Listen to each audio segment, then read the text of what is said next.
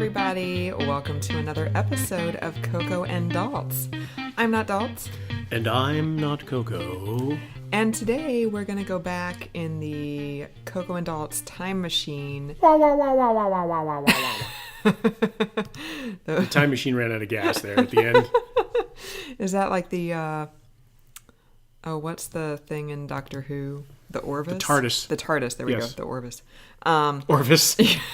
I knew it was something like that. So we're going back to the 90s because just a few days ago, if you're listening to this podcast in real time, on April 11th, 1994, it was the release of the debut single from Oasis, Supersonic. And we thought we would take this opportunity to reflect on Oasis's discography, on their breakup, on their solo careers, on their familial relations, etc., etc. So, yeah, what do you think about Oasis, Daltz? Were you a fan? Were you not a fan? Were you? I was a fan from the moment they started. Were you? I was a fan from Supersonic right on through to What's the Story, Morning Glory? Which is probably what a lot of people would say, actually. I was a fan from their debut album to their second album. Yeah, I was a big fan of theirs. I love Supersonic. I love the first album. It was very different for its era, for its time, 1995. It was not a lot of that kind of music. It was a little edgy for that time. Yeah, it was. So the beginning of the 90s were kind of the end of hair metal and then grunge. Grunge was the kind of predominant, well, it was definitely the predominant musical genre from about 91 to 94, 95. And then in the mid-90s, you had alternative, the rise of alternative, and then also Britpop, Oasis being the preeminent band in Britpop. And then once that kind of fell by the wayside, then the end of the 90s just turned into just pure pop. So you had like Christina Aguilera and Britney Spears and NSYNC and the Spice Girls and Hanson. So it was three kind of very distinct musical eras in the 90s. Colliding. Colliding. And Oasis was like the biggest band in the world for a solid 2 to 3 years in the mid-90s, from 95 to about probably 97 when they released their third album, Be Here Now, which was just a cocaine fueled debacle. Yeah, but we saw a few weeks ago a documentary on Oasis. It only concerned their first two albums, definitely maybe in What's the Story, Morning Glory. It's called Oasis Supersonic. It was released at the end of 2016, I believe, and that kind of got us thinking about doing this podcast. So just for context, here are some of the other top 100 songs of 1995. Okay. So this is when Oasis came upon the scene, erupted, and blew away everybody. The number one song of 1995 was "Gangsta's Paradise." Oh my God, I love that song. By Coolio featuring LV, of course. I love that song. Number 2, "Waterfalls" by TLC. Which we heard in Captain Marvel today. Right. And number 3 was "Creep," also by TLC. Oh, that's a great song. "Kiss from a Rose" by Seal from one of the Batman movies. I hate that song. And "On Bended Knee," Boys to Men. Oh, okay. So these are the kinds of songs that were out there at the time. Also, "Bombastic" by Shaggy is on the list. Just because I want to say Shaggy. That's on your iPod, I know. That is on my... And well, Bryan Adams' "Have You Ever Really Loved a Woman?" Oh yeah, that was pretty inescapable. Is just above Shaggy in the charts, which, of course it should be. Yeah, so Oasis really, their first album in the States didn't really hit too much, but then their second album like really kind of propelled them to stardom here. And, they were already huge in the UK and Europe and Japan, which we found out from the documentary we watched. Yes, they're huge in Japan. Yeah. But yeah, they didn't really hit here until probably about the spring of 96, like early 96 with Wonderwall, which is just utterly inescapable, even to this day. Oh, whoops, that was my knee hitting the table. So sorry about that, folks. I thought that was my head hitting the floor. Because Wonderwall is boring? Like what? So what are your other... so you like the first two albums. What did you think of the documentary? The documentary was interesting. It was obvious that it was produced with the help of the Gallagher brothers. Yes. Because they come out of it looking pretty brilliant, and the band members who came and went, it's all their fault. So it wasn't exactly an objective piece. And it begins with them getting in the helicopter, flying to Nebworth, and then it ends with them in the helicopter landing at Nebworth, and in between is the story of how they came to be so amazing and using home video, and it was pretty interesting. It shed a little bit of light onto their relationship, Noel and Liam Gallagher, the brothers, obviously. I thought that they came across in the documentary as a little bit more palsy than they do in public, and you think of the Gallagher brothers being the battling Gallagher brothers. But they seemed a little bit more like siblings in that, at least in that documentary. They came across as they were a little bit more simpatico, but not obviously understanding the fact that they battled like crazy loons for most of the tours they were on. I do kind of wonder how that being in the 90s and them displaying a lot of kind of like classic bad boy rock star behavior, like in the 90s, that was still acceptable versus today if we had like Katy Perry trashing a hotel room or Cardi B like, you know, throwing TVs into pools and stuff. Like how would that work? Yeah, I don't think it would go over as well. But the Gallagher brothers are the Gallagher brothers, right? That's part of their shtick. I think you wouldn't expect anything other than that from them. Hard Scrabble. Hard Scrabble. Yeah, there we go. Good word. Good word to get on the podcast. So the Nebworth thing that Daltz was talking about is a big kind of outdoor, not festival per se. It's just sort of like a huge outdoor venue. And in, I believe, the summer of 96, they sold out 2 nights. They played to 250,000 people. So many people wanted tickets that I believe they could have sold out like 30 nights. I'm reading 20, but 20, okay. Yes, the point is well taken, though. And there was a lot of demand for tickets. Yeah, there was a lot of demand for tickets in the UK. Like, imagine if they would have done that here in the States, like how much demand there would have been. But they had an audience of 125,000 each night, and at the time, that was the largest outdoor concert in UK history. 2.5 million people applied for tickets. And in the documentary, all the band members, like not just the Gallagher brothers, but all of them kind of say, like, we knew they were excited to do it, but there was also apprehension. They were like, where do we go from here? Right. Like, we've kind of reached the pinnacle. And I believe it was Noel who said, we should have, at the end of the second night, said, all right, folks, you know, thanks for coming. We were Oasis. Thanks for all your support. We love you. Have a great life. Goodbye. And walked off the stage and never done anything again. Which... would have still been a pretty impressive 2 albums and right, a tour, which and I contend would have been probably the best 2-album career of any band right. in history, because those were both fantastic albums. I mean, What's the Story, Morning Glory is, for me, that's the album of the 90s. Yeah. And that's one of my 2 or 3 favorite albums of all time, if not my actual favorite album of all time, depending on what day you catch me on. Wow. It's just, from beginning to end, there's not a weak link. Definitely Maybe 2. Like, for me, I like Definitely Maybe a little bit less, but that's because Morning Glory is like A+++++, and Definitely Maybe is like an A, maybe an A- for me. But they're both incredibly strong albums. That's Noel Gallagher at just the pinnacle of his songwriting talent. And I kind of brought this up a little bit earlier, but what would be worse? Like, if they had done that at Nebworth, walked off the stage and been like, all right, we're done. We've made our millions. We're good. Yeah. Thanks for everything. We're out of here. Would it be worse wondering what else could have been? What could have been, right? Because those 2 albums are just full of fantastic songs. You've got Wonderwall. You've got Live Forever. You've got Supersonic. You've got Don't Look Back in Anger. The hits go on. And he was never that good ever again. Which, I mean, he doesn't owe anybody anything, because he wrote 2 fantastic albums, like probably 3 if you include like all the B-sides he wrote from all those singles. Mm-hmm. Like, those B-sides are better than a lot of people's actual singles. Yeah. So if you're looking at his output and the level of talent and how good all that was, I mean, from there it was just inevitable it was probably going to bottom out. Well, how are you going to possibly keep that momentum going, Right. and the pace going? And the thing that I think of with artists that prevail, that stand the test of time, is it's harder than you'd think. Like you think of U2, all the years they went on, all the hits they've got.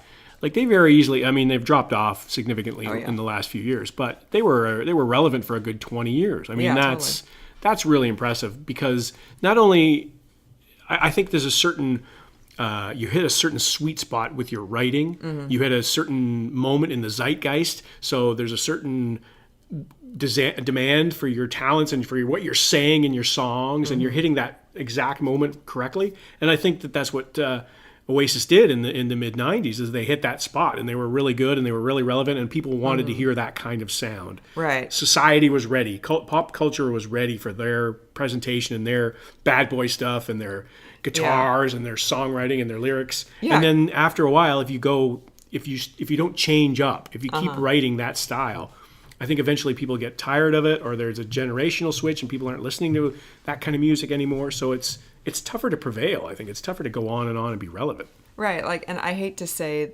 this because this is going to sound horrible, but like when Kurt Cobain died, that was also pretty much the death of grunge as like the preeminent musical genre on the American airwaves. So they kind of took advantage of that. Like there was kind of like this hangover of, there's not really, like it was guitar driven music. Right. Yeah. Like they really were right place, right time. But then by the time Be Here Now came out in 97, it just wasn't a good album. It wasn't a good album. Like, I went back and I re-listened to it a couple weeks ago, and it was better than I remember it being. But after the first two albums were so good, it was such a disappointment. And you've got, like, everything is just so bloated and unnecessary. Like, there's, I think track 3 or something is called Magic Pie, and it's 7.5 minutes long. And I'm like, there is no reason for this song to be 7.5 minutes long. And it's just, and Noel Gallagher even said, like, in an interview that I read, that he was totally expecting the record company execs to be like, dude, you got to cut this down. But people were afraid to tell him no, because this is the biggest band in the world and it's a cash cow. And so What's the Story, Morning Glory, over time sold more than 22 million copies. In the UK, it's the third best-selling album of all time, behind Sgt. Pepper and Adele's 21. And so when you think about that, of all the great bands that have come through the year, like The Who and Led Zeppelin and all those bands that have come out of the UK, and you got the number 3 album of all time, 22 million. So of course the record execs are going to be like, just put something out, it'll be great. It'll, just do arm farts and we'll sell 20 million. Oh my God, I would love to see like MTV Unplugged with like Liam and Noel up there just doing like arm fart noises. That'd be fantastic. So Be Here Now was the fastest selling album in UK chart history. Just based on, that's on the coattails of What's the Story, Morning Glory, but it only sold 8 million in total. So it dropped right off the face of the earth. But 8 million albums is amazing. And anybody else would be happy with that. Yeah. And I read that by, I think, 99, Be Here Now was the number 1 CD available in like secondhand shops. Like people were going in there and like, trading it in for like something else. So, because it's probably the best selling terrible album of all time. Right. And it's just, like I said, it was just such a disappointment after those first 2 albums were both just so freaking perfect. Well, how can you top that? So what's worse? Them continuing on, because they continued on for another, like they didn't actually break up until like 2009, 2010. Right. So what's worse? The fact that they kind of staggered on for another 15 years writing not fantastic music. Well, not memorable, not even relevant, really. Right. Or if they would have just walked off the stage at Nebworth and gotten into the chopper and flown into the sunset and we never heard from them again, but we were like, oh man, how many more Champagne Supernovas did Noel have in him? Right. Well, he didn't have any in him, and we know that. So, but I will say that and he, like I said, he doesn't owe anybody anything, because I mean, he's, if even if he had done that, like, he's set, like his place in musical history is set. Well, I will say that High Flying Birds, Noel Gallagher's High Flying Birds, the album, or the band that he came out with, and he did the album Chasing Yesterday. That is a fantastic album. And that's from not that long ago, a couple of years ago. And the follow-up to that was not very good. But he does have musical chops. And actually, I look at him as somebody who changed their game a little bit because he couldn't sing when the band started. He was not the singer. Liam was the singer. And then he added singing to his repertoire and ended up being a decent singer. He's not going to give Adele a run for money or anything like that, but Right. but he's decent enough and he can carry a tune and he knows what he can sing. So I think that there's a lot there. I think that the point to what you said about would you rather be Kurt Cobain and going out on top to a certain sense, not necessarily dying, yeah. but your career was pretty good, or do you fade away like Oasis did and Yeah. not really matter all that much? I mean, they're not relevant anymore. The Gallaghers still pop up in the news every now and then, but it's more because of their fame from the 90s Right. than anything they're doing now. Yeah, totally. Yeah, I went as research for this podcast. What? I went and I looked at their discography, and I thought you were going to say you went to England. oh well, I have done that, just not recently. But Not for the podcast. I did check out their discography, and all the albums they released after What's the Story, Morning Glory, all the singles they released, I had heard them, but it wasn't remotely the heavy airplay that anything in the 90s got. And I was like, oh yeah, I remember that. Oh, I think that was in like an AT&T commercial or something. But Oh, yeah, so I meant to stream all the albums after Be Here Now, and I kind of never got around to it. But so we've got Be Here Now, and then you've got Standing on the Shoulder of Giants, which got a couple of decent songs on it. I think there's a song on that Noel wrote for his wife, when he met her. He was married When he was to wooing his, her? Yeah, when he was married to his first wife, when he met his second wife. And, Oh, that never happens in rock and roll. yeah, and I mean, well, at least she was older than 14. And Wow. and I read like, oh, he wrote this song when he met her, and I'm like, that's got to be the best freaking song ever, because I mean, he meets her in one night, and then like he leaves his first wife and everything, and then I got like a minute into it, and I was like, nah, I'm done. Like, this is not a good song. Like, if I were Mrs. Gallagher #2, I'd be like, really, bro? You don't have another Wonderwall in you? Like, So Standing on the Shoulder of Giants was released in February 2000, and it reached #1 in the British charts and peaked at number 28 on the Billboard charts. 4 singles were released from the album: Go Let It Out, Who Feels Love, Saturday Morning Call, and Where Did It All Go Wrong? okay, I've actually only, as far as I'm aware, I've heard Go Let It Out. And a little known factoid is the album was also the first Oasis release to include a song, and I'm reading from that noted source, Wikipedia. This couldn't be wrong. It couldn't possibly be wrong. The album was the first Oasis release to include a song written by Liam Gallagher entitled Little James. Oh. So it was the band's lowest selling studio album. And then came Heathen Chemistry in 2001, Don't Believe the Truth in 2004, Dig Out Your Soul 2007, and then they split in 2009. So they had quite a bit of a career after Yeah.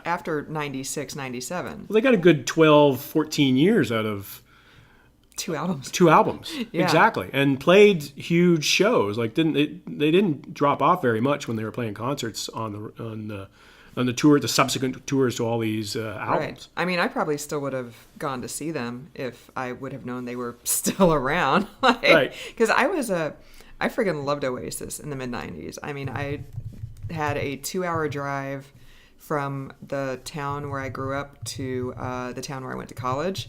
Like 2-hour drive one way. So definitely Maybe and Morning Glory were just like on repeat. Like the whole drive. Pretty much for my whole college career. That was just all I listened to the whole drive. So I was a pretty hardcore fan. I actually have a coffee mug that a friend made me. We went to an Oasis concert at, I think, K-State.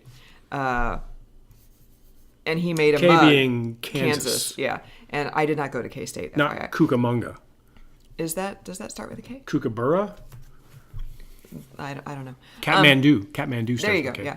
And it's like a ticket from the concert that we went to. Like, he made a mug out of it. And, like, probably every 4 days when I run out of my other coffee mugs, like, I drink out of that coffee mug, so. So, what would you go to an Oasis reunion? Oh, heck show? yeah. Heck yeah, I totally would. I know your feelings on reunion shows, but I totally would. So my feelings on reunion shows, I'm glad you asked. Well, because you teed it up for me. I'm glad you returned that pass that I gave you.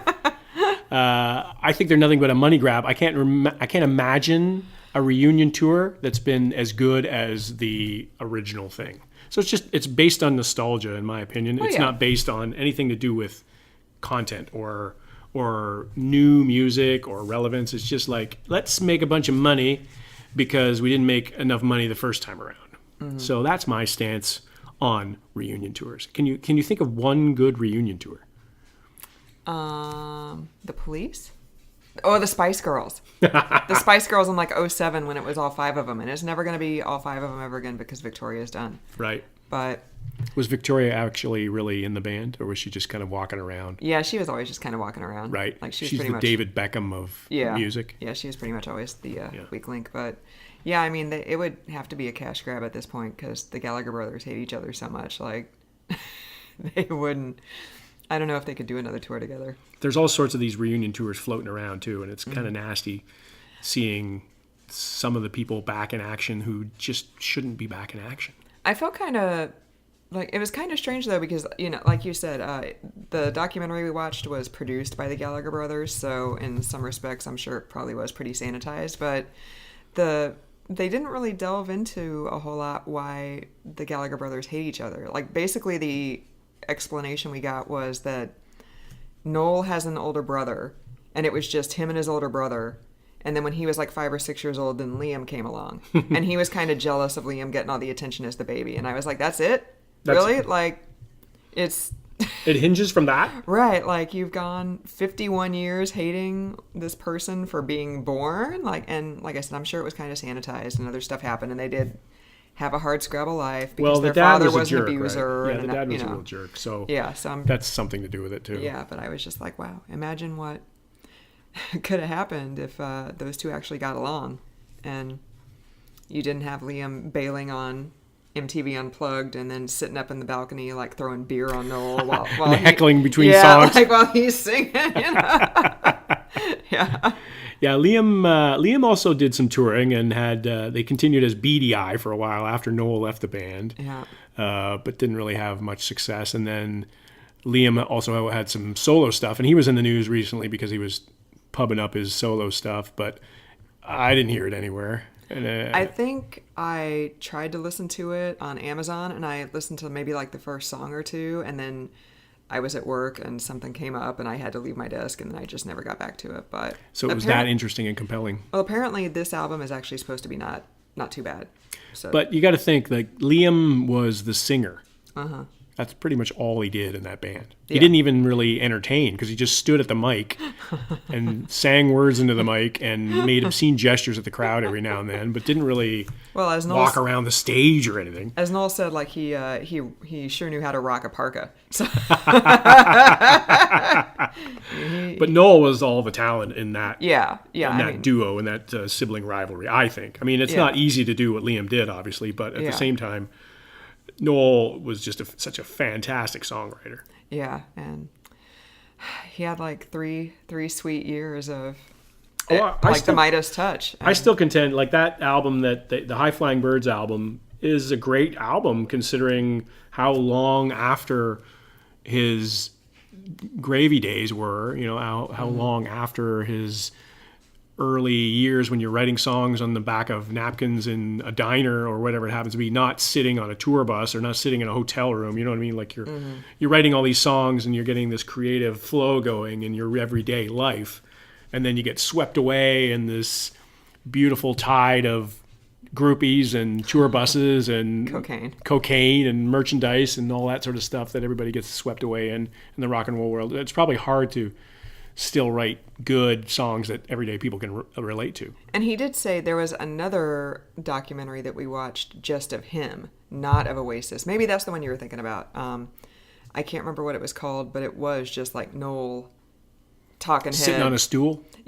Yeah, he played like some songs in a live set, and he did do a couple of Oasis songs, but he did do some High Flying Birds songs. Yeah, and I can't remember the name of that, but he said he thought that he'd always be able to write songs like Live Forever. Like he didn't, and I mean, that's like the 22-year-old in him talking, totally. But yeah, so that's sad that we benefit because we have the 2 perfect albums that we can still listen to. Right. I mean, Wonderwall is still on the radio. Like you call up any classic rock station, you call up even any like freaking like soft rock station, like Wonderwall is still 25 years later, like still in rotation. Well, and Champagne Supernova is the stairway to heaven of this album because it was never released as a single, and yet it's one of the songs that people love the most.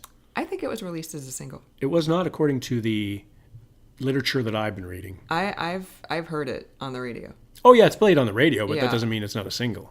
It is a single. I swear I thought it was released as a Yeah, single. a couple of things that I read said Okay. it's one of the best known songs from the album. And it and got yet- radio airplay, but they never officially released And it. it wasn't officially released as a single. I heard it all the time on the radio, but Yeah. apparently it wasn't released. I hated it because they would cut it off, like in the middle of it.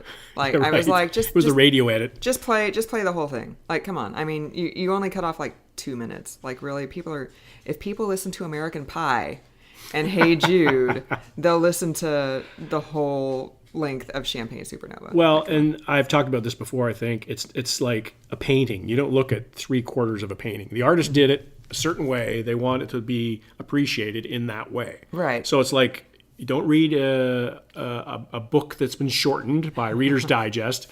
Don't watch a movie that's been cut by 10 minutes. Don't listen to a song that gets faded out after 3.5 of its 4.5 minutes. I mean, an artist has a certain intention. You have to respect that intention, especially in today's day and age. I mean, what's another minute? Give us a break. Right. It's not like you're cutting off like one extra chorus at the end, like to shave off like 15 seconds. Like you're cutting off 2 minutes. Or just fading because Right. the engineer, was doing arm farts at the end of the song. Well, speaking of arm farts. Oh yeah, where's this going? Well, it kind of doesn't have anything to do with anything. But I did enjoy in the Supersonic documentary, there was early footage of one of their early gigs in the States. It could have been their first gig ever in the States, in LA. And, of course, they'd done a ton of drugs. Oh, yeah. And every one of them got, like, a different set list. So, like, Noel's playing Live Forever, and Liam's singing Because the Supersonic. roadie in charge of the set list Yeah. gave them all different set lists. Right, and like the drummer is playing like Columbia or whatever. Like, so that was really funny. That was great. I'd never seen that before. I know, I never even heard that story before. And then once they all realized what went wrong, I mean, they're all like, they've all done like a ton of crystal meth, so they're all all angry at each other anyway. At least heroin. the Gallagher brothers are right, and then, torqued off at each other and just looking for anything to be upset about. yeah, and Liam's like cussing out the audience, and Noel's just like, "Oh my God, get me out of here!" And that was really funny. Like that was before they even hit big, and That was one of their very first experiences in the United States. they recovered from and that. they played like you said, they were probably playing 5 different songs at the same time. Yeah, that was awesome. So where do, as they say in the UK, where do Oasis fit in the grand scheme of things in terms of the greatest band of all time? Greatest bands of all time. Wow. Greatest bands of the last 50 years. Greatest bands of the last 20 years. Wow, I don't know. Well, I'd say they're one of the greatest bands of the 90s for sure. I mean, I'd probably put them like top 5, top 10 of the 90s. Well, you think of the 90s, I mean, they were definitely not pioneering. No. They rode a bit of a wave, but I think they were still one of the best bands of the 90s. I would put them up there in the top 5 for sure. Yeah, like who else is there in the 90s? I mean, you got U2, because Yeah. that was really when they were, like, they had the Joshua Tree at the end of the 80s, and then in the 90s they had Achtung Baby, which is like just as classic. Yeah, And 1990, I believe that was. Yeah, and then like Zooropa, which is basically all like Achtung Baby B-sides, which is fantastic. Right.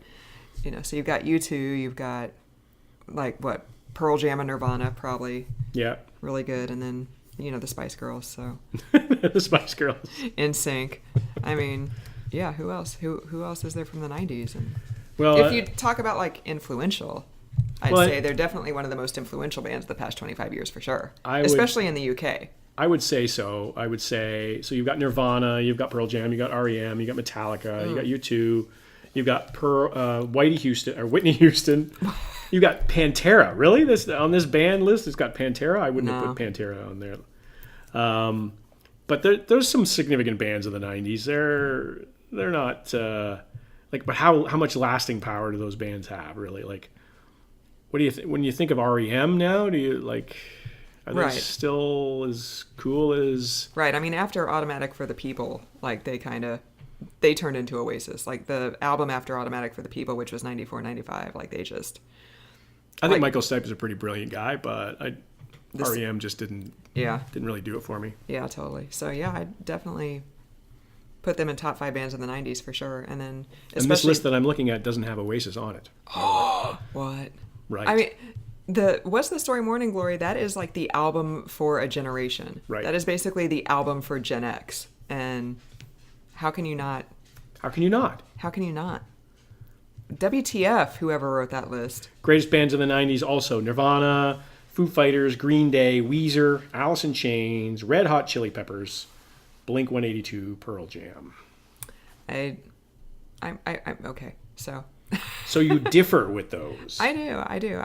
I know I'm probably a little more oriented to Britpop than others, but you can't talk about music in the 90s and not talk about Oasis. Right. Because they were so freaking dominant from like 95 to 97. Like even if you think their music is crap, you can't discount how dominant they were. And like I said, how influential they were. Because their lyrics were like grunge was very kind of Debbie Downer type stuff. And then you get Britpop coming along, and even if they're talking about heavy stuff, it's still more like in a positive light. And then after that, you get the pop wave coming after that with the Spice Girls and Hanson. So the mood of the music was definitely more influential on what came at the end of the 90s. And then just him as a songwriter, a lot of the bands that came out of the UK after that, like Kula Shaker, like they specifically say, like, I love Noel Gallagher. Like, he influenced me as a songwriter. So maybe it's just because we're in the US and we have more hacks to choose from than that. I don't know. Did you know that Zach Starkey actually played drums for Oasis? Yes, I did know that. But he was never officially in Oasis, right? Like he was on the touring band for a while there. And also Andy Reid from Ride. Okay. Andy Bell from Ride. You want to hear something really sad? So I also liked Jesus Jones. I think their album Perverse is like criminally underrated, like, because it's really freaking good. And there's a guy in Jesus Jones whose name is like Jim, like Gem, I think. And then one of the guys who replaced, because basically the Gallagher brothers are the only two constants in Oasis. Like everybody else was just kind of like a revolving cast of characters. Right. And one of the guys who replaced one of the guys in Oasis, his name was like Jen, like Gen.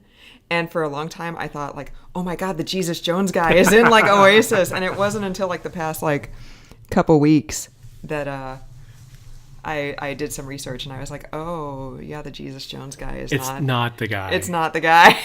In Oasis. So I went like 20 years thinking that there was like some Jesus Jones Oasis like crossover, and no, there's not. Which would have been great. Which would have been fantastic. I didn't know until reading up on it, doing some research thanks to the crack research staff that we have. Who flipped us the bird earlier when we were talking different about Captain podcast. Marvel. That Paul Weller had a lot to do with the success of Oasis. He played on Champagne Supernova, and he got them a drummer at one time when they were going through drummers. And so Paul Weller he's the mod father. He's a big guy. Paul Weller, of course, being founder of the Jam and also founder of the Style Council, and just one of those guys that talk about a guy who's got lasting power. He's been around forever and a day, so very influential guy, and probably taught them a thing or two about how to behave. How to be a rock and roll star? How to be a rock and roll star. Yeah. On that note. Is there anything else that you would like to say about Oasis? I think they're great. Anything else you'd like to say, Coco? I will forever love What's the Story Morning Glory. That is an album I am never going to get tired of. You can take that to the bank. So as we celebrate the release of Supersonic. 25 freaking years. I can't believe... A quarter of a century. I can't believe the 90s weren't 10 years ago. We were watching the disappearance of Madeleine McCann, that documentary on Netflix, and you're like the only person in the world who never heard of that kid. Why do you got to go there? And you were like, why do you got to insult me like that? You were like, when did this happen? And I was like, oh yeah, it was like 97, 98, so like 10 years ago. And you were like, yeah, no, that wasn't 10 years ago. And I was like, what do you mean the 90s weren't 10 years ago? Like, it's so So crazy that 25 years ago, 25 years ago. Supersonic made its debut, and Oasis kind of crash landed onto the scene. There are people that are working right now who were not alive when that song came up. Yeah. People out of college. Yeah. We hire people who were born in the 2000s where I work. We won't talk about where you work. No. So, thanks for joining us on another episode of Coco and Daltz on this special edition. And now we've got the music going under us, and I love the music. I love the theme music, by the way. Da da da da da da da da da da. Is that the way it goes? That's not how it goes. Oh, okay. Anyway, for another week, thanks for joining us. I'm not Coco. And I'm not Daltz.